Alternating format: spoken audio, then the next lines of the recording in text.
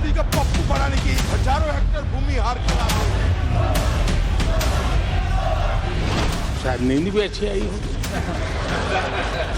शायद आज उठ भी नहीं पाए होंगे। वो अब चल चुके हैं, वो अब आ रहे हैं। 2014 के पहले का जो दशक था, द लॉस्ट डेकेड के रूप में जाना जाएगा। आपके आरोपों को इन कोटि कोटि भारतीयों से होकर के गुजरना पड़ेगा।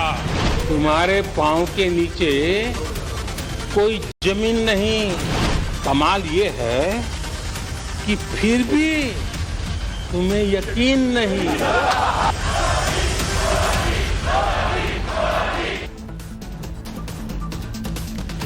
नमस्कार दर्शकों, मैं हूं नाविका कुमार और आप जुड़ रहे हैं मेरे साथ सवाल पब्लिक का शो पर।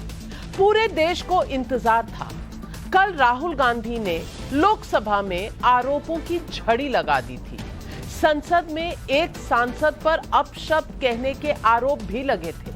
आरोप बेहद गंभीर थे। अटैक सीधा प्रधानमंत्री मोदी पर था। आज जवाब भी मोदी ने दिया और इस जवाब को जो देना था, मोदी आए, 90 मिनट बोले और शायद चारों खाने चित कर गए। आरोपों की बारिश वर्सेस मोदी पर लोगों का भरोसा। कुल मिलाकर प्रधानमंत्री के जवाब का सार यही है।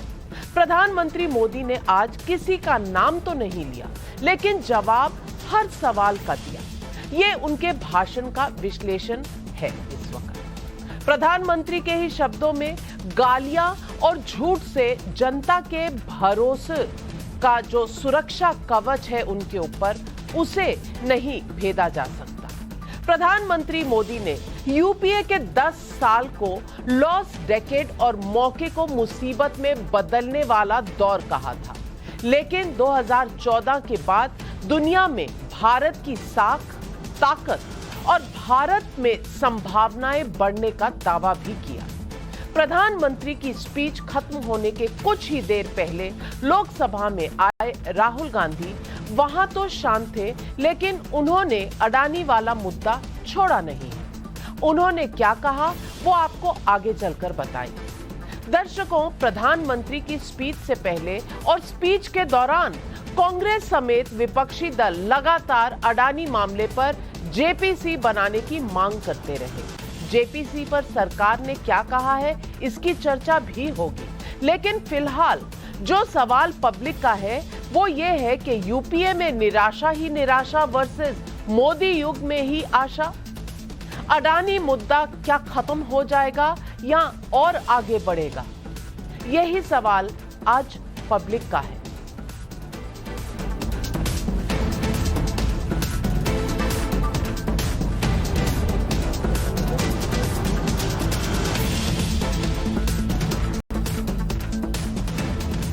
राष्ट्रपति द्रौपदी मुर्मू के अभिभाषण पर धन्यवाद प्रस्ताव पर बोलते हुए प्रधानमंत्री नरेंद्र मोदी ने 2014 से 2023 के अपनी सरकार के कामकाज की एक तरह से रिपोर्ट सामने रखी। ये रिपोर्ट कांग्रेस के दौर, खासकर मनमोहन सिंह सरकार के 10 साल से एक कंपैरेटिव स्टडी जैसी थी।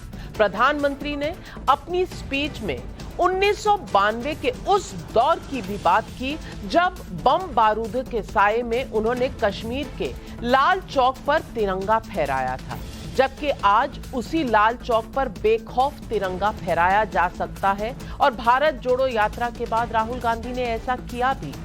अपनी स्पीच में प्रधानमंत्री ने राहुल गांधी का नाम लिए बिना तंज किया कि अब फटे जेब वाले भी सस्ते मोबाइल डेटा का इस्तेमाल कर सकते हैं। मोदी खुद आज 28 सिंगल यूज प्लास्टिक बोतल से बनी जैकेट पहनकर आए थे।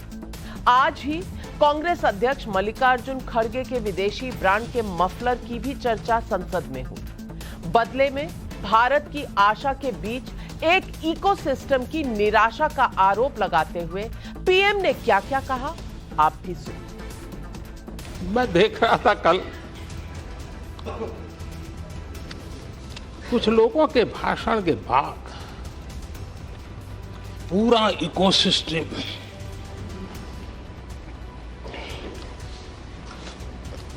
समर्थक उछल रहे थे, क्योंकि आज युग बदल चुका है, ऑनलाइन दुनिया चल रही है, हर एक के हाथ में मोबाइल पड़ा हुआ है, कुछ लोगों के जेब फटे हुए हो तो भी मोबाइल तो होता ही है। आदरणीय अध्यक्ष जी, मुझे लगता था देश की जनता देश के चुनाव के नतीजे ऐसे लोगों को जरूर एक मंच पर लाएंगे, लेकिन वो तो हुआ नहीं। लेकिन इन लोगों ने ईडी का धन्यवाद करना चाहिए कि ईडी के कारण ये लोग एक मंच पे आए हैं। मैं भी जम्मू कश्मीर में यात्रा लेके गया था और लाल चौक में तिरंगा फहराने का संकल्प लेकर के चला था, और तब आतंकवादियों ने पोस्टर लगाए थे उस समय और कहा था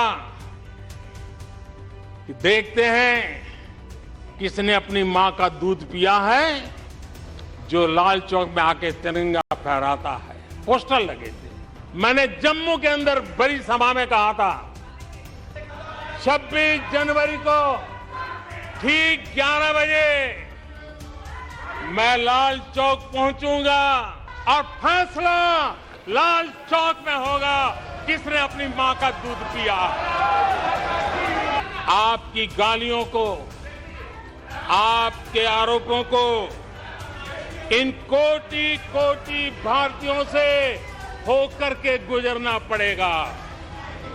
140 करोड़ देशवासियों के आशीर्वाद ये मेरा सबसे बड़ा सुरक्षा कवच है, और गालियों के शस्त्र से, झूठ के शस्त्रास्त्रों से इस सुरक्षा कवच को कभी तुम भेद नहीं सकते हो। वो विश्वास का सुरक्षा कवच है।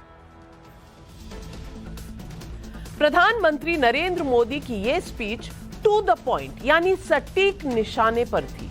उन्होंने यहां तक कह दिया कि हार्वर्ड यूनिवर्सिटी ने the rise and decline of Congress party यानी कांग्रेस के बढ़ने और डूबने पर स्टडी कर ली है।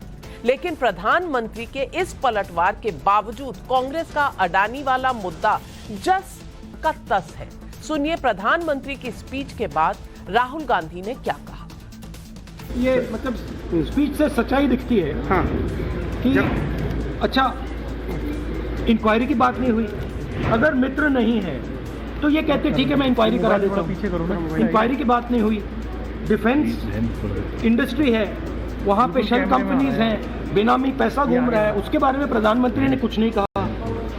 तो मतलब क्लियर है कि प्रधानमंत्री उनकी रक्षा कर रहे हैं।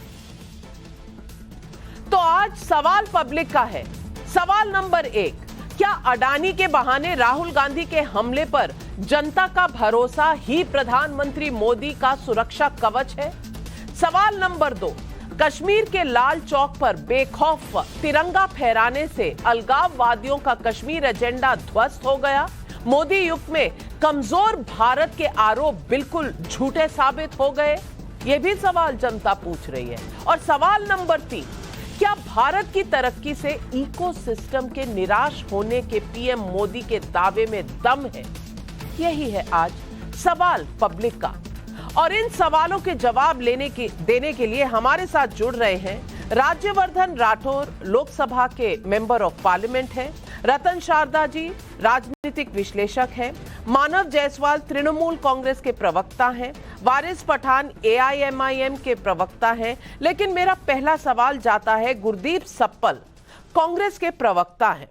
गुरदीप सप्पल जी, मैं आपसे पूछना चाहती हूं, क्या आज प्रधानमंत्री ने जो मुद्दा उठाया कि एक इकोसिस्टम है जिनसे ना भारत की तरक्की देखी जाती है और जो भारत के बढ़ते हुए कदमों को से कहीं ना कहीं निराश हो जाते हैं।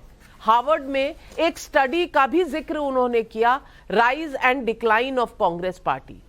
क्या इतनी बार प्रधानमंत्री पर आरोप लगाकर, चाहे वो राफेल हो, चाहे वो आज अडानी का मुद्दा हो, क्या कांग्रेस कुछ भी हासिल कर पाई है? आज पब्लिक ये सवाल पूछ रही।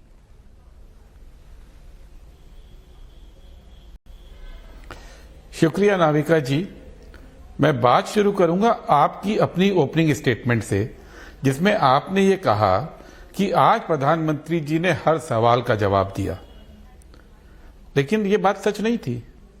आज प्रधानमंत्री जी ने महंगाई का जवाब नहीं दिया, आज प्रधानमंत्री जी ने बेरोजगारी का जवाब नहीं दिया, और आज प्रधानमंत्री जी ने अडानी जी पर उठे सवालों का जवाब नहीं दिया, इंक्वायरी की बात नहीं करी और पूरी बात को केवल जुमलेबाजी पे मोड़ने की कोशिश की।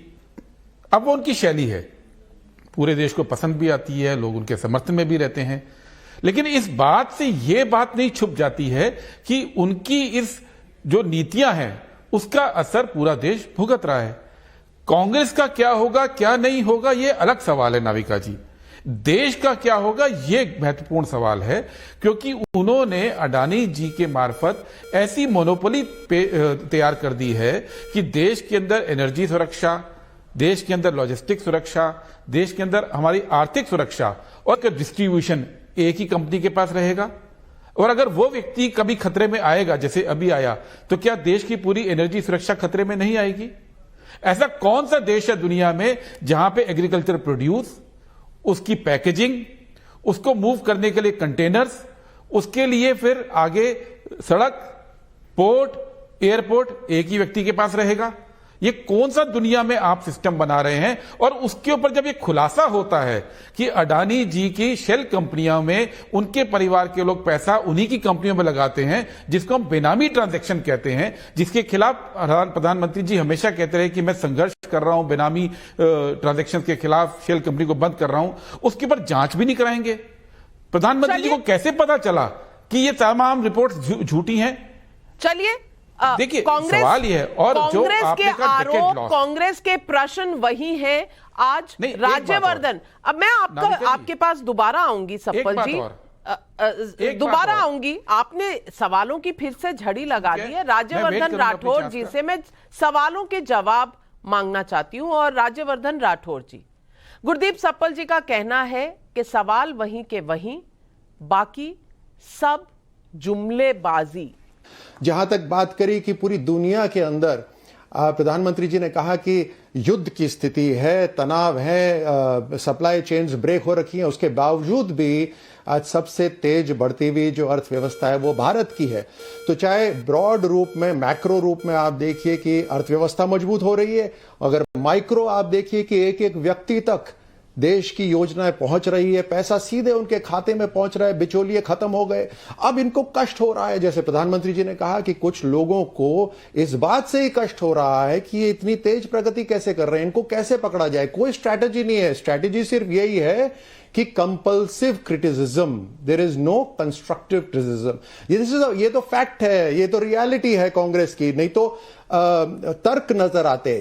सिर्फ आपने देखा कि किस तरह से देश के अंदर ये अभी जो अभिभाषण हुआ था उसके अंदर इन्होंने जो राष्ट्रपति जी ने जो बातें रखी उसके ऊपर इन्होंने कोई बात नहीं करी, जैसे प्रधानमंत्री जी ने कहा उसको स्वीकार करा इन्होंने, लेकिन इनका एक मुद्दा इन्होंने पकड़ लिया जिसके इनके पास कोई प्रूफ नहीं है, उसको बार बार रिपीट करके, जैसे हर बार ये कुछ ना कुछ चिपकाने की कोशिश करते हैं, लेकिन वो चिपकता नहीं है क्योंकि एक सच्चाई से सरकार चल रही है। आज स्टेबल सरकार है, निर्णायक सरकार है, ये देश की जनता भी जानती है, ये दुनिया भी जानती है।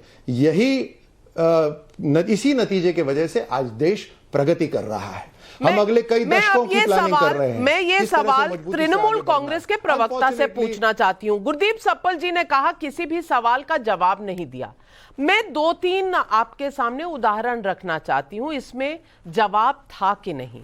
जब महंगाई की बात होती है तो महंगाई पर उन्होंने यूपीए का रिकॉर्ड डबल डिजिट इन्फ्लेशन का बताया, और आज 6% से कम जो आरबीआई का लेवल है उस पर इन्फ्लेशन है। ये तथ्यों की बात है, इसमें कोई इधर उधर की बात नहीं है। ये आरबीआई के नंबर्स आज भी आए हैं। मानव जायसवाल जी, दूसरी बात हुई जो आरोप लगे अडानी जी के। अब इस पर भी लोग समझे, कम से कम मुझे तो यही समझ आया और जनता ने भी शायद यही समझा जब उन्होंने एक बात कही कि दो लोग गए थे बाघ देखने के लिए उतरे तो उधर सामने ही बाघ दिख गया, उनको लाइसेंस दिखा दिया।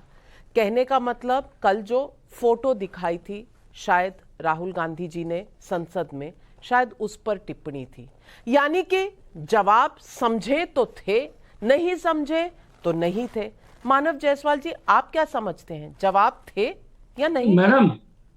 मैडम पहले तो सभी को मेरा नमस्कार है और आपके माध्यम से पूरे देश को भी मैं नमन करता हूं। हमारे प्रधानमंत्री जी बड़े आशावादी प्रधानमंत्री जी, बहुत आशा दिखाई थी उन्होंने, अच्छे दिन का वादा किया था, 400 रुपए सिलेंडर 1200 हो गया। खैर कोई बात नहीं, इनको महंगाई नहीं दिख रही है। बीजेपी को, भाजपाइयों को महंगाई नहीं दिखेगी क्योंकि पूरे सारे संपत्ति जो है, सारे जो धन है वो तो बीजेपी के केंद्र में है, कोई टेंशन नहीं है। जहां तक बात है मैडम, ये जो थियरी है ना, वो बाघ वाली, 2 लाइसेंस वाली, ये A+B ब्रैकेट स्क्वायर 2AB वाला जो थियरी है, ये पूरे विश्व ने देख लिया है, ये हमारे ज्ञान है। तीसरी बात हम पूछना चाहते हैं, भाई आपने अभिभाषण दिया, भाषण देखिए, हमारे प्रधानमंत्री जी हैं, विश्व के सबसे बड़े भाषणवादी हैं, सबसे अच्छा भाषण वो देते हैं, पूरा देश उनके भाषण में मुक्त हो गया था। ये जुमलेबाजी वाले उन्हीं के पार्टी के लोगों ने बोला था, सेकेंड इन कमांड। हमारा जो बात है कि भैया अडानी के लिए जो बात करें तो वह नकार रहे हैं, तो कभी कभी मुझे याद आता है, दोस्त ना रहा, प्यार ना रहा, भाई मुझे अडानी का याद ना रहा। ये भाई सही बात है, लेकिन आज पूरा देश जान रहा है। और मैं बताना चाहता हूँ, देश इतना बेवकूफ नहीं है कि भाई वो किसी भी एक कागज कलम वाले चीजों में शेयर की बिक्री कर देगा। अगर शेयर डूब रहे हैं तो इसका कारण तो ये नहीं है कि भाई देश बेवकूफ है, देश होशियार है और हमारा देश चल पड़ा है, वो समझ गया है झूठ कहाँ है सच कहाँ है। देश होशियार है तो इसी देश के बारे में रतन शारदा जी ने, प्रधानमंत्री ने कहा कि गालियां अनेकों मिली, 2007 से मिल रही हैं, कभी मौत का सौदागर, कभी गंदी नाली का कीड़ा, अब मित्रकाल का जो ये आरोप लगता है। और इसमें प्रधानमंत्री जी ने जो कहा कि जो इस देश के लोग हैं 80 करोड़ जिन्हें राशन मिलता है, जिन्हें 9 करोड़ लोग जिन्हें उज्ज्वला मिलती है या किसान सम्मान निधि मिलती है, 11 करोड़ वो लोग, उन्होंने कहा यही मेरे सुरक्षा कवच है। क्या ये जवाब काफी था विपक्ष के लिए? देखिए, विपक्ष तो हमेशा नाराज ही रहता है, हमेशा असंतुष्ट रहता है। ये आज की बात नहीं है, इनको हमेशा नकारात्मकता दिखती है। जब अटल बिहारी वाजपेयी ने गोल्डन क्वाड्रेंगल की बात की थी, उसका इन्होंने मजाक उड़ाया था कि गरीब आदमी हाईवे क्या करेगा। उसका जिस तरह से आर्थिक तरक्की हम सब जानते हैं। अब जितने भी प्रोजेक्ट चलते हैं, किसी प्रोजेक्ट को अगर इन्हें 2014 से लेकर आज 2019 तक किसी भी प्रोजेक्ट, किसी भी एक्टिविटी को, किसी भी एक्शन को अगर सराहा हो तो मैं कोई भी शर्त हारने को तैयार हूं, इंक्लूडिंग यूपीआई जो वर्ल्ड रिकॉर्ड है, इंक्लूडिंग कोविड जिसके अंदर 80 करोड़ लोगों को खाना मिला, वो कोई भी लॉ आ जाए, इन्होंने उसको इनकार करना है, उसके विरुद्ध लड़ना है। सीए का कानून आया शरणार्थियों के लिए, माइनॉरिटीज के लिए, उसको इन्होंने मुस्लिम का विवाद बना दिया। तो ये इस प्रकार से नकारात्मक लोग हैं। कुछ बातें और कहना चाहूंगा। इन्होंने कहा इन्फ्लेशन, यूपीए के समय डबल इन्फ्लेशन था, ये मोदी जी ने कहा इसको नकार नहीं सकते। ये कहते हैं हवाला का शुरुआत करने वाले पी नोट्स, इनके महान जीनियस ये जो पी चिदम्बरम, उसको नकार नहीं सकते। अब जहां तक अडानी का सवाल है, उसके शेयर मार्केट वापस उनके भाव जगह पर आ गए। यूएसए के अंदर पिछले साल लगभग $1 ट्रिलियन की, चाहे वो टेस्ला हो चाहे वो अमेजोन, उनकी वैल्यू खत्म हो गई। वहां तो किसी ने कभी नहीं बचाई। और इतना ही नहीं, आज बैंकों ने, फॉरेन बैंक ने कहना बिल्कुल एक्सपोजर जो है अडानी को कम करने से मना कर दिया। जीवीके ने कह दिया मेरे पर प्रेशर नहीं था, मेरे पास उधार था, इसलिए मुझे वापस करना पड़ा। क्या क्या गिनाऊं यानी। ये कहते हैं अर्थव्यवस्था। अरे भाई, जब आपने छोड़ा तो फ्रेजाइल 5, सबसे कमजोर 5 अर्थव्यवस्थाओं में भारत का नाम था, और उसको आज टॉप की इकोनॉमी ले जाना है कौन? तो ये सरकार है। यूपीए के दौरान पे सारे विश्व में सबसे अधिक ग्रोथ का है, तो भारत में वो भी इनको नहीं पचता। तो इनको पच क्या रहा है? मुझे समझ नहीं आता किस बात की इंक्वायरी मांग रहे हैं, जबकि ये मार्केट का खेल है। और जब इनके पास आज अडानी के पास जितने एसेट्स है, उससे जितने मर्जी उधार दे, वो भी इनको हजम नहीं होता। और जहां तक इनका सवाल है, इनके बिचौलिए भैया अनिल अंबानी ने साफ कहा था कि हम तो कांग्रेस के साथ हैं। अंबानी जी को नंबर 1 बनाने वाले ये कांग्रेस के लोग, अडानी जी को सबसे पहले बेच देने वाले कांग्रेस के लोग। तो आपको पूंजीपति पसंद है, उनकी पूंजी पसंद है। आपको 1960 वाला चाहिए राज्य जिसके अंदर दबा के आप लाइसेंस कोटा राज गुरदीप करते थे। सप्पल इनको हाथ आप उठा रहे हैं। बिजनेस गुरदीप चाहिए। सप्पल जी, स्टार्टअप सवाल है, आज कांग्रेस से सिर्फ स्टार्टअप है, इतना है, नंबर 3 बन आपने गया, सवाल स्टार्टअप है, जरूर राजनीति पूछे बनाएगा। लेकिन कोई दस्तावेज पटल पर नहीं रखे, नंबर एक। और वारिस पठान जी, क्योंकि कांग्रेस पर आरोप लगा था, इसीलिए कांग्रेस का जवाब ले लूं। मुझे वजह बताओ। नहीं, प्रधानमंत्री ने कांग्रेस को नहीं बोला, पूरे देश के बारे में बात किया है। मुझे बोलने का मौका दो। चलिए मैं जा रहा हूं टाटा। सप्पल जी, आप सबको आपने क्यों मौका दिया? मैं क्या बैठ कर टीवी सप्पल जी, आप 45 सेकंड थोड़ा इंतजार करिए। वारिस पठान जी अब तक बोले नहीं है, तो मैं पहले उनका रिएक्शन ले लूं और फिर आपके पास आती हूँ। वारिस पठान जी, प्रधानमंत्री ने एक बड़ा इंटरेस्टिंग सवाल उठाया। उन्होंने कहा कि हम दुनिया भर में फॉरेन पॉलिसी में फेल है ये सरकार, लेकिन फिर भी आरोप ये लग रहा है कि आपने कई अंतरराष्ट्रीय देशों में इतनी साख देख ली मोदी सरकार की कि अब उनके कहने पर लोग कॉन्ट्रैक्ट देते चले जा रहे हैं। कहीं ना कहीं क्या विपक्ष अपने आरोपों को प्रूव नहीं कर पा रहा? कोई तथ्य नहीं है उनके पास, नहीं तो दोनों बातें सच कैसे हो सकती? नाविका जी, देखिए, प्रधानमंत्री ने तकरीबन 1 घंटा और 13 मिनट का भाषण दिया है। अब जितने भी विपक्ष के सवाल थे, क्या उनके सब जवाब दिए प्रधानमंत्री ने? आज की तारीख में देश के सामने सबसे बड़े सवाल था विपक्ष का अडानी को लेकर, क्योंकि उसमें देश के नागरिकों का पैसा लगा हुआ है और एक हिडनबर्ग रिसर्च के रिपोर्ट मुताबिक तो पता चल रहा है पूरे देश को कि अडानी जी तो डूबने वाले हैं, पायदान खसकते जा रहा है। तो इतना सवाल करने के बाद भी अगर प्रधानमंत्री जी 1 घंटा 13 मिनट में जवाब नहीं दे रहे, तो इसका मतलब साफ है कि प्रधानमंत्री देश को नहीं बचा रहे, अपने मित्र को बचा रहे। बात नंबर 1। बात नंबर 2, प्रधानमंत्री ने माइनॉरिटी के बारे में क्या कहा? माइनॉरिटी का तो जिक्र उसमें हुआ भी नहीं प्रेसिडेंट एड्रेस के अंदर। वहां पर 560 करोड़ रुपया माइनॉरिटी के बजट के अंदर कम कर दिया गया। उसके बारे में प्रधानमंत्री ने क्या कहा? सबका साथ, सबका विकास की हमेशा बात करते हैं, तो माइनॉरिटी क्या इस देश का हिस्सा नहीं है? उसके बारे में प्रधानमंत्री खामोश, कुछ नहीं बोले। नारी शक्ति की बात किया प्रधानमंत्री। नारी शक्ति की बात आप करते हो तो एक तरफ बिल्किस बानो, जिसका बलात्कार हुआ, उसकी मां का बलात्कार हुआ, उसकी बहन का बलात्कार हुआ, उनका मर्डर हो गया, उसी के कातिलों को, उसी के रेपिस्ट को 15 अगस्त 2022 के दिन आपकी सरकार गुजरात से छोड़ देती है। प्रधानमंत्री फिर नारी शक्ति की किस बुनियाद के ऊपर बात कर रहे हैं? देश के सामने सबसे बड़ी चुनौती है चीन की। चाइना घुसता आ रहा है, LOC है, LOE, वहां के बारे में प्रधानमंत्री क्यों खामोश है? चीन का नाम तक नहीं लिया आज भी। फिर आज मैं सवाल करूंगा कि प्रधानमंत्री जी लाल आंख कब दिखाएंगे चीन को? 56 इंच का अपना सीना कब खोल के दिखाएंगे आप चाइना को? तो ये सारी चीजें दर्शाता है नाविका जी कि जो 1 घंटा 13 मिनट का प्रधानमंत्री ने जो भाषण दिया आज, मैं समझता हूं उसमें कॉन्क्रीट चीज था ही नहीं। उन्होंने डायलॉगबाजी मारे, उन्होंने कविताएं कही, उन्होंने कहा कि तुम्हारे पैर के नीचे जमीन नहीं है, कुछ मैं सुन रहा था डायलॉग। उसके सिवा क्या फ्रूटफुल पर्पस क्या सब होगा इस भाषण से? बताइए। देश की जनता के सवाल, देश की जनता के मुद्दे, उसके ऊपर क्यों नहीं बोला? अडानी के ऊपर क्यों नहीं बोला? उनके मुद्दे वही के वही हैं, बाकी जवाब किसी भी मुद्दे पर डायरेक्ट उन्हें मिला ही नहीं। राज्यवर्धन राठौर जी, पहले तो इस सवाल का जवाब दे दीजिए। नाविका जी, मेरा नंबर था जी। हम शब्दों पे ज्यादा विश्वास नहीं करते, हम एक्शन पे विश्वास करते हैं। और जो देश के पास जो हर योजना पहुंच रही है, देशवासियों के पास पहुंच रही है, वो एक्शन है जो लोग विश्वास कर रहे हैं अब हर तरह से। अभी जो AIMIM के जो प्रवक्ता हैं वो कह रहे हैं कि आंख क्यों नहीं दिखाई। जी, आप लोग हैं जो टीवी डिबेट पर आंख दिखाते हैं, हम आंख दिखाते हैं सरहद के ऊपर। हमारी जो सेना है ना, पिछले कई महीनों से वो हर तरह से चाइना को आंख दिखा रही है। शायद आप देखते नहीं टीवी वगैरह, और आपको तो विश्वास है ही नहीं सेना के ऊपर, है ना? तभी तो आप बोल रहे हैं कि यहां प्रधानमंत्री जवाब दें, चीन को आंख सदन के अंदर दिखाएं, है ना? इसीलिए पूछ रहे। हम वही जो काम जहां करना है हम वहां कर रहे हैं और पूरा देश देख रहा है इसका।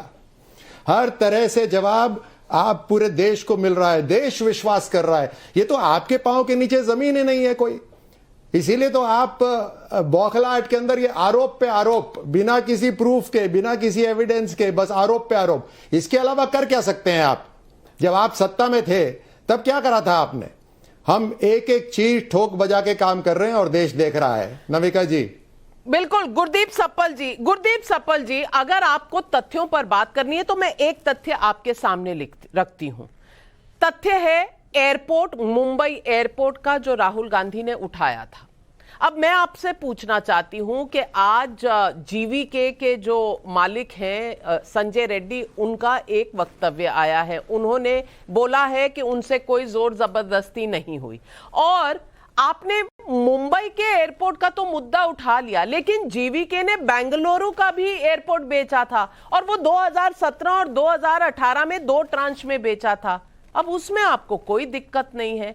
सवाल यह है कि क्या कांग्रेस पार्टी कुछ ऐसे मुद्दे उठाना चाहती है जो सनसनीखेज जरूर हो, लेकिन जिनमें तथ्य कम हो? नाविका जी, जीवीके का मुद्दा और 2 सवाल आपने पहले भी उठाए, वो वारिस पठान जी बीच में आ गए तो जवाब रह गया। पहला सवाल आपने उठाया था कि ऑथेंटिकेट करने का आप पेपर क्यों नहीं रखते। तो आपके दर्शकों को बता दूं कि जो पार्लियामेंट का नियम होता है, अगर किसी सांसद पे या मंत्री पे व्यक्तिगत आरोप लगे तो उसके पेपर पहले रखने होते हैं। अगर कोई मुद्दा उठाना हो, कोई ऐसा मुद्दा जिसमें जांच की डिमांड करनी हो, तो उसमें कभी भी पेपर रखने की डिमांड इसके पहले नहीं हुई। आप बहुत साल से संसद कवर कर रही हैं, चाहे 2G का मुद्दा उठा हो, चाहे बोफोर्स का उठा हो, चाहे हर्षद मेहता का उठा हो, या रोज के रोज बहुत सारे मुद्दे उठते हैं। उसमें अगर आप ये कहने लगे कि सरकार की पहले विपक्ष जांच करे, जांच करके सबूत लाए, सबूत लाने के बाद सरकार की निगाह में ले आए, तो ये पूरा सिस्टम ही उलट गया। सप्पल साहब, मैंने सोचा था कि प्रधानमंत्री एक सांसद है और उन पर डायरेक्ट चार्ज लगाया था, तो शायद तथ्यों की जरूरत हो। नाविका जी बात पूरी करने दीजिए। व्यक्तिगत चार्ज का मतलब होता है किसी की व्यक्तिगत रिश्वत के बारे में बात कर रहे हैं, उसके किसी के साथ संबंधों के बारे में बात कर रहे हैं। पॉलिटिकल पॉलिसी मुद्दों में गड़बड़, भ्रष्टाचार के मुद्दे व्यक्तिगत आरोप नहीं माने जाते हैं। आप जानती हैं, संसद के अंदर हर रोज मुद्दे उठते थे। बीजेपी कई दशक तक विपक्ष में थी, तो उसके नेता क्या मुद्दे नहीं उठाते थे? क्या सरकार पर आरोप नहीं लगाते थे? क्या उनसे पहले पेपर मांगे जाते थे? चौकीदार चोर है का मुद्दा क्यों उठा? प्रधानमंत्री के मित्र का मुद्दा क्यों उठा? आपने प्रधानमंत्री का नाम लिया। अरे आप मुझे बोलने देंगी तो देखिए, टोकेंगे नहीं, मुझे बोलने दीजिए बात को, मैं इस पे भी जवाब दे दूंगा जी। क्योंकि आप भी उन लोगों में से थी जिन्होंने बहुत जोर शोर से 2G का और कोल का मुद्दा उठाया था, जिसपे हमारी सरकार भी गई, क्योंकि आप पूरे मीडिया ने उसको उठाया था। लेकिन एज अ पत्रकार, एज अ संपादक, आपने कभी मोदी जी से सवाल नहीं किया कि हमने इतने जोर शोर से मुद्दा उठाया था देश के अंदर, उसका क्या हुआ? उसमें सब बरी हो गए, उसमें वो खोखला मुद्दा निकला। ये तो जिम्मेदारी मीडिया की पूछने की बनती थी ना मोदी जी के साथ। जो लॉस्ट डिकेड की आपने बात की आज, लॉस्ट डिकेड क्या होता है मैं बताता हूं। जब यूपीए सरकार में थी राज्यवर्धन जी, तो पर कैपिटा जीडीपी 150% बढ़ी थी। हर व्यक्ति की जो ऊपर जीडीपी है 150% 10 साल में। आपके राज में केवल 20% बढ़ी है जीडीपी, पर कैपिटा जीडीपी। क्या इसका कोई महत्व नहीं है? क्या हम ये नहीं जानते कि जब मोदी जी प्राइम मिनिस्टर बने थे तो देश में कुल कर्जा 57 लाख करोड़ था। 70 साल में 57 लाख करोड़ हुआ था, और आपके 9 साल के अंदर, 65 साल बोलूंगा, आपके 9 साल के अंदर वो बढ़कर 147 लाख करोड़ हो गया। 93 लाख करोड़ आपने कर्जा बढ़ा दिया देश के अंदर, और आप कहते हैं कि इकोनॉमी बहुत अच्छी चल रही है। 66 लाख करोड़ आपने एनपीए कर दिया 9 साल के अंदर। हमारे टाइम में 5 लाख करोड़ था, 66 लाख करोड़ एनपीए कर दिया। आप कहते हैं इकोनॉमी बहुत अच्छी चल रही है। ये कौन सा गोल्डन डेकेड है जिसमें हर व्यक्ति पे हर रोज 2000 करोड़ का देश पे एनपीए हो रहा है? रोज का एनपीए 2000 करोड़ का है, और आप कहते हैं गोल्डन डेकेड आ गया है। और हमारा डेकेड जिसमें आम आदमी की आय बढ़ी थी, आम आदमी खुशहाली में था, रोजी रोटी मिल रही थी, नौकरियां मिल रही थी, आम लोगों का जीवन स्तर बढ़ा था, वो लॉस्ट डेकेड हो गया। वो लॉस्ट डेकेड इसलिए लगता है आपको क्योंकि झूठा 2G, झूठा कोल का मुद्दा उठाया गया था, झूठा अन्ना मूवमेंट खड़ा किया गया था देश के अंदर। उसका नुकसान देश आज तक भुगत रहा है। आप कहते थे मैन्युफैक्चरिंग कम है हमारी, और इसको डबल करेंगे 2022 तक। 22 निकल गया ना राज्यवर्धन जी, मैन्युफैक्चरिंग 1/4 कम हो गई है देश के अंदर। आप एक फोन का उदाहरण आज मोदी जी ने दे दिया, देश को यह नहीं बताया कि उनके राज्य में मैन्युफैक्चरिंग 1/4 कम हो चुकी है। बहुत सारे मुद्दे हैं, सिर्फ बातों में उलझा के बात की गई है। नाविका जी, संसद के अंदर मेरी ये गुजारिश है, मीडिया की ड्यूटी है ये बात बोलने की कि अगर शेल कंपनियों को माफ कीजिएगा, आपने आरोप मुझ पर भी लगाए हैं, तो मैं अपने आरोप देंगे। राठौर जी जवाब दीजिए। मानव जायसवाल, राज्यवर्धन राठौर के जवाब के पास बाद मैं आपके पास आ रही हूँ। राज्यवर्धन जी। सुप्रीम कोर्ट जी धन्यवाद नमिका जी। ये जो प्रवक्ता बैठे हैं सब, ये इतनी डबल टॉक क्यों करते हैं मुझे समझ में नहीं आता। जैसे इनकी पार्टी डबल टॉक करती है वैसे ये डबल टॉक करते हैं। अभी जैसे टीएमसी वालों ने बोला कि देश बेवकूफ नहीं है, इन्होंने कहा देश बेवकूफ नहीं है, देश देख रहा है। तभी तो प्रधानमंत्री मोदी जी को इलेक्ट कर रहे हैं, तभी तो फुल मेजॉरिटी आ रही है। और अभी जो कांग्रेस के प्रवक्ता कह रहे हैं कि हमने तो कोई पर्सनल अटैक करा नहीं, पूरे के पूरे अभिभाषण के अंदर केवल और केवल ही पर्सनल अटैक हो रहा था, पूरा देश देख रहा था। और आप जो बड़ी बड़ी बातें कर रहे हैं ना, गोल्डन एरा जो था, उस गोल्डन एरा में किसकी जेबें भरी गई थी? अगर इतना शानदार था तो किसकी जेबें भरी गई थी? कौन सा लीकेज हो रहा था वहां पे? जब लीकेज की बात हुई थी तो नीचे तो कुछ पहुंचा नहीं। आज दुनिया भर के अंदर जो परिस्थिति है, जितनी मुश्किल परिस्थिति है, युद्ध है और जो ग्लोबल सप्लाई चेन टूटी हुई है, महामारी आई, सुन लीजिए मेरी बात, महामारी आई, उसके बावजूद भी द फास्टेस्ट ग्रोइंग इकोनॉमी, अर्थव्यवस्था जो है वो भारत है। उसके बात है मित्रकाल चल रहा है, अडानी के साथ है, उस पर लॉयर्स और फॉर्मर अटॉर्नी जनरल कह रहे हैं कि तमाम केसेस चल रहे हैं कोर्ट में। अब आप एक तरफ एक बार सौर मुख वाला रावण कह दिया, एक बार गंदी नाली का कीड़ा कह दिया। मैं मानव जायसवाल जी सवाल ये पूछना चाहती हूं कि क्या ये पर्सनल अटैक है या ये मुद्दों के अटैक है? और ये जो पर्सनल अटैक है, जब कहा जाता है आपके मित्र और दिखाई जाती है फोटो, तो फिर इसके लिए मित्र ने कहां साइन करके क्या दिलवाया? क्या ये तथ्य सभा के पटल पर रखने चाहिए थे या नहीं? बिल्कुल बिल्कुल मैडम, आप जो बात कर रही हैं बहुत ही सही बात है। ये मित्र काल चल रहा है अमृत काल के बदले। लेकिन आपने अच्छी बात करी कि भाई वो बंधु है, दोस्त है, दोस्त आ रहा है, ये प्रमाण हो रहा है। लेकिन जहां तक बात है हमारे प्रधानमंत्री जी की, दीदी और दीदी वही बोलते थे, महिला का सम्मान बड़ा अच्छा करते हैं, 50 करोड़ की क्या गर्लफ्रेंड, ये हमारे प्रधानमंत्री जी ने बोला था ना। वो प्रधानमंत्री थे, मुख्यमंत्री नहीं थे। और जहां तक बात बोल रहे ना बेवकूफ नहीं है, सच में मैं तो बोल ही रहा हूँ कि हमारा जो देश है वो जागृत हो चुका है। 2019 का जो आकलन था, अभी जो भव्य तस्वीर जो हमारे प्रधानमंत्री जी जो बीजेपी के प्रमुख प्रचारक हैं, अभी दिख रहा है अगरतला में। अभी बड़े प्रमुख प्रचारक योगी जी हो गए हैं, मोदी एरा खत्म हो गया, ये बीजेपी का अपना ही नया आकलन है। अभी कुछ ही दिन पहले उसके बारे में बार बार वो क्यों किया क्यों नहीं किया, क्या कांग्रेस ने कम्युनिस्ट पार्टी के साथ हुए एमओयू? अरे भैया मैंने आपको टोका नहीं था, मैंने आपको टोका नहीं था। आप बता दीजिए ना, कांग्रेस के साथ में एमओयू जो कम्युनिस्ट पार्टी ऑफ चाइना ने साइन किया, आज तक अरे क्या हो गया इनको? देखिए आप फ्लाइंग रिमार्क ना दें। नाविक ऐसे नहीं मानव जायसवाल जी एक एक करके बोलिए, सबको सुनना चाहिए और दर्शक हमारे दो लोगों को इकट्ठे नहीं सुन सकते। आप बोल चुके, अब रतन शारदा जी जवाब दे रहे हैं, मैं आपको फिर से चांस दूंगी। रतन शारदा जी अपनी बात पूरी करिए। देखिए मैंने कहा था कि ये सारे मुद्दे तो जिस प्रकार से अडानी का शेयर चला है, जिस प्रकार से विदेशी सारे इन्वेस्टमेंट उसके साथ है, सारे बैंक और सभी उसको छोड़ने को तैयार नहीं है और उसका वैल्यू मार्केट में वापस आ गया, उसका एसेट्स इतने हैं कि कोई भी उधार उतार सकते हैं। तो किस बलबूते पे स्कैंडल कहते हैं मुझे पता नहीं। यूएसए में से बड़े बड़े शेयर गिर गए, बड़े बड़े करोड़पति सड़कपति हो गए, इतने गिर गए, किसी ने कुछ कहा नहीं।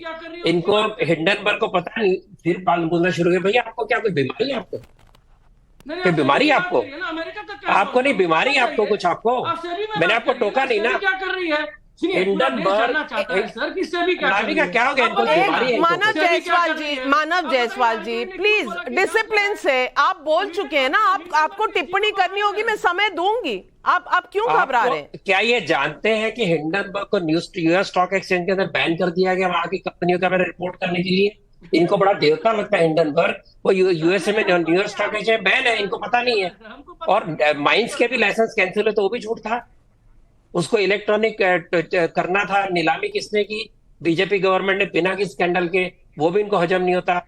और ये सारे प्रॉफिट्स ऑफ डूम है जिन्होंने हमेशा, इनके साथ ही एक राजन जो राहुल गांधी के साथ सैर कर रहे थे, उन्होंने 2019 से लगातार नारा लगाया कि भारत डूब रहा है, भारत डूब रहा है, भारत डूब रहा है। भारत नहीं डूबा, बिल्कुल। तो ये जो और प्रॉफिट ऑफ जनता भी डूम यही है, सवाल पूछ रही है। आज जनता का सवाल वारिस पठान जी आपके लिए, कन्हैया अग्रवाल का रायपुर से सवाल है, मोदी सरकार की असली कमियों को मुद्दा बनाने की बजाय बेमतलब के मुद्दों को उठाने का क्या फायदा? हार से क्या विपक्ष को कोई सबक नहीं मिला अब तक? ये पब्लिक पूछ रही है वारिस पठान जी। देखिए मैं जवाब में ये कहूंगा नाविका जी कि हमारे पार्टी प्रेसिडेंट असदुद्दीन ओवैसी साहब ने भी आज पार्लियामेंट के ऊपर भाषण दिया अपना। उन्होंने तो कहा कि प्लेसेस ऑफ वर्शिप एक्ट को टच नहीं किया जाए, माइनॉरिटी का जो बजट है उसको कम किया गया, उसको बढ़ाया जाए। उन्होंने बिल्किस बानो की बात कही, कहा कि नारी सम्मान होना चाहिए तो बिल्किस बानो को न्याय मिलना चाहिए। उन्होंने चीन के मसले के ऊपर बात करी और उन्होंने तो लाइटर वे में ये कहा कि अगर हिंडनबर्ग इंडिया में होता तो उस पर यूएपीए भी लग जाता। मगर प्रधानमंत्री ने आके किस बात का जवाब दिया बताइए? एक भी बात का जवाब तो दिया नहीं। हमने तो कोई उसके ऊपर पर्सनल अटैक नहीं किया था, हम तो सवाल कर रहे थे, जनता के सवाल है, जनता की बात है ये। मगर क्यों जवाब नहीं दिया? क्यों बचाया अडानी को? क्यों बात नहीं किया चाइना के ऊपर? बात नंबर 2, अभी यहां पर राजवेंद्र सिंह बैठे हुए हैं, मैं उनकी बहुत इज्जत करता हूं क्योंकि वो देश के स्पोर्ट्समैन है, बाद में सांसद बने होंगे। उन्होंने कहा कि हम लाल आंख दिखाते हैं टीवी चैनल पे। मैं कहूंगा सिंह साहब कहीं पे लाल आंख नहीं दिखाते। हाँ, हम लाल, बिल्कुल, मैं इसलिए उनको इज्जत करता हूं। धन्यवाद, उसके पैसे लगे हुए एलआईसी के अंदर, सोचा है मेरी जी। धन्यवाद नविका जी, धन्यवाद वारिस जी, आपको धन्यवाद, आप जो इज्जत करते हैं। मैं आपसे सिर्फ एक चीज पूछना चाहता हूं, आपने जो लाल आंख दिखाने की बात करी अपने समुदाय के लिए, मुझे बताइए जब मुस्लिम महिलाओं को ट्रिपल तलाक होता था दशकों तक, तब आपने लाल आंख क्यों नहीं दिखाई? तब भी लाल आंख हमने दिखाई, प्रधानमंत्री मोदी जी ने दिखाई। अच्छा लगा था आपको किस तरह से समुदाय के अंदर महिलाओं की इज्जत वापस लौटाई गई? हमारी बहनें तकलीफ में, देखिए, चाहे सरहद हो, चाहे मुस्लिम बहनें हो, हर तरह से हम देश के साथ में हैं। मेरी बहन है, मगर उन्हीं बहनों को जब हिजाब पहनकर पढ़ने जाना था तो प्रधानमंत्री ने उनको अलाउड नहीं किया हिजाब पहनने के लिए। उन्हीं बहनों के जब बुलडोजर के साथ घर तोड़े जा रहे थे, 3 तलाक पर आपसे कोई जवाब बन नहीं रहा तो आप मुद्दा बदल रहे हैं। वारिस पठान जी, ये आरोप मेरा आप पर है। महिलाओं की इज्जत की अगर इतनी चिंता थी तो 3 तलाक पर भी कुछ कर लिया होता तो शायद सरकार को नहीं कोई लॉ बदलना पड़ता। लेकिन पब्लिक के और सवाल, और गुरदीप सप्पल जी, ये सवाल आपके लिए। संजय प्रजापति का मुंबई से सवाल है, अडानी की तरक्की या अडानी को मिल रहे विदेशों में कॉन्ट्रैक्ट का सीधा नुकसान चीन को होगा? क्या ये चीन से एमओयू वाला करना है? भारत कोई अभी मजबूत नहीं बना है। मोदी जी 2014 में प्राइम मिनिस्टर बने थे, उसके पहले भारत दुनिया का एग्रीकल्चर महाशक्ति बन गया था, आईटी महाशक्ति बन गया था, सर्विसेज महाशक्ति बन गया था, न्यूक्लियर महाशक्ति बन गया था, स्पेस महाशक्ति बन गया था। हमारे डॉक्टर इंजीनियर पूरी दुनिया में छा चुके थे। तब तक हम इसलिए कर रहे थे क्योंकि तरीके से काम होता था। किसी एक व्यक्ति को पूरे देश का मसीहा बना के उसके नाम पे सारी प्रॉपर्टीज कर दो, सारा इंफ्रास्ट्रक्चर कर दो और उसके नाम पे सारे बैंकिंग की सुविधाएं कर दो, एलआईसी का पैसा, एसबीआई का पैसा उसको दे दो और उसको बोला अब तू जो करना है वो कर। इससे भारत का चाइना का मुकाबला नहीं करेगा। चलिए, पर गुरदीप सप्पल जी, आपको याद करा दूं 2010 आपने मुझ पर आरोप लगाया था कि मैंने उजागर किए थे सीडब्ल्यूजी स्कैम में, आपको याद होगा। यहां पर किसी ने कुछ नहीं कहा था। ये चिट्ठी आई थी ब्रिटेन से और ब्रिटेन की सरकार ने आगाह किया था हिंदुस्तान की सरकार को कि क्वीन बैटन रिले जो हुआ था लंदन में कॉमनवेल्थ गेम्स का, उसमें भी पैसों की हेराफेरी हुई थी। लेकिन संजय मिश्रा का भदोही से एक और सवाल है, मोदी जी ने देश की 140 करोड़ जनता पर विश्वास दिखाया जबकि राहुल गांधी ने हिंडनबर्ग रिपोर्ट पर विश्वास किया। कुछ साफ नहीं हो जाता, इस पर आप पब्लिक को क्या जवाब देंगे?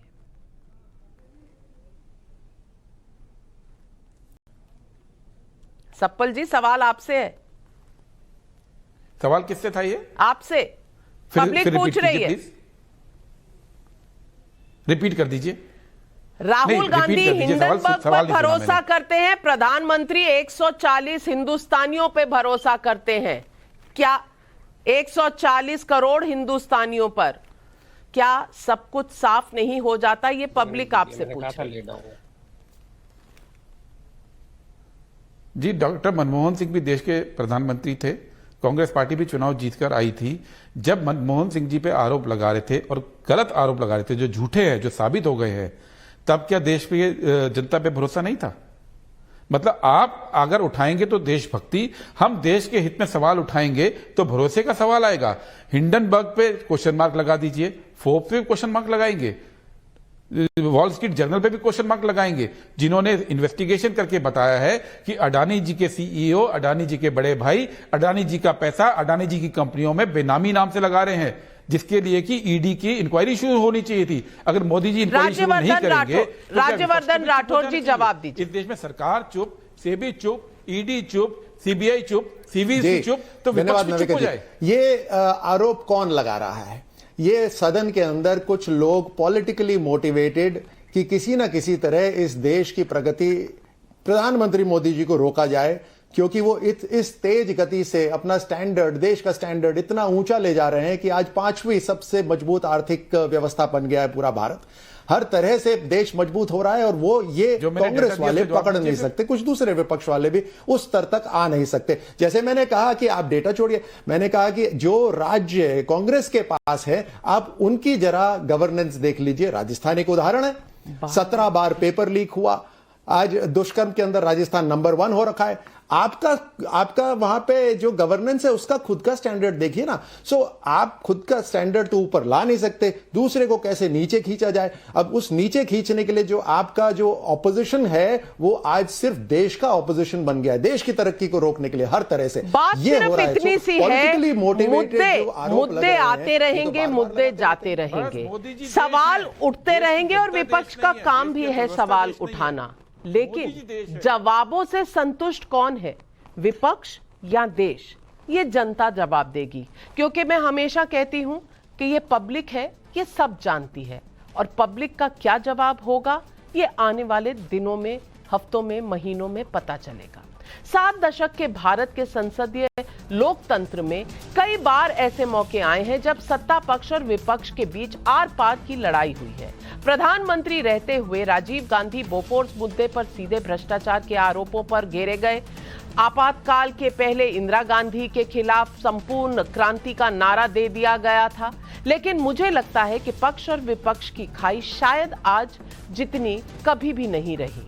आरोप लगना और उन पर पलटवार होना अपनी जगह पर है, लेकिन दोनों खेमों को मतभेद और मनभेद के अंतर को समझना। अपनी बंदूक नीचे उतार करके थोड़ा टहलने लगे। उन्होंने सोचा कि थोड़ा अभी आगे चलना है तो थोड़ा जरा हाथ पैर ठीक कर ले, लेकिन गए थे तो बाघ का शिकार करने के लिए, और उन्होंने देखा आगे जाएंगे तो बाघ मिलेगा। लेकिन हुआ ये कि वहीं पर बाघ दिखाई दिया। अभी नीचे उतरे थे, अपनी गाड़ी में बंदूक वहीं पड़ी थी, बाघ दिखा, अब करे क्या? तो उन्हें लाइसेंस दिखाया कि मेरे पास बंदूक का लाइसेंस है। इन्होंने भी बेरोजगारी दूर करने के नाम पर एक कानून दिखाया, कानून बना दिया।